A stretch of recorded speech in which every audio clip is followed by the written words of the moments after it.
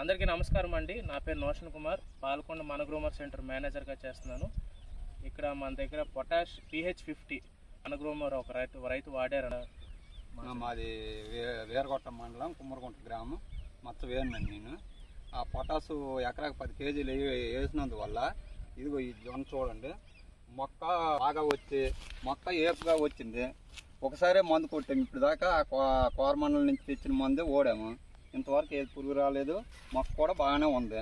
అంటే వేణు గారు, మీరు స్టార్టింగ్ ఏరు వేశారు, ఎంత మోతాదులు వేశారు కొంచెం ఉంటారు? అయితే మొదట్లో 20 ఎకరాకు కట్టేసాము.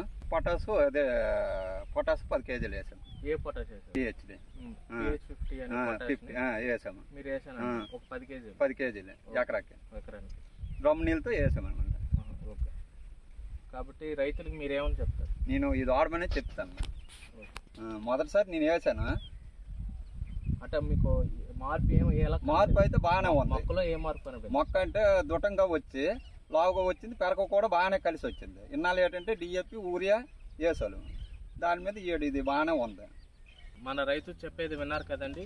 మొదటి దఫాలో 10 కేజీల పొటాష్ PH50 ఏదైతే మన గ్రోమర్లో అందుబాటులో ఉందో అది కనుక మనకు మొక్కజొన్నలో మొదటి దఫాలో వేసుకోవడం వల్ల మొక్క ఏపుగా ఎదగడమే కాకుండా దాంతోపాటు దాని యొక్క కాడ కూడా మీకు బలంగా రావడం అనేది గమనిస్తారు.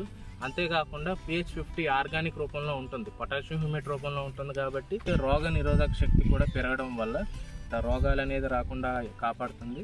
రెండోది, దానివల్ల పురుగు కూడా కంట్రోల్ అవుతుంది.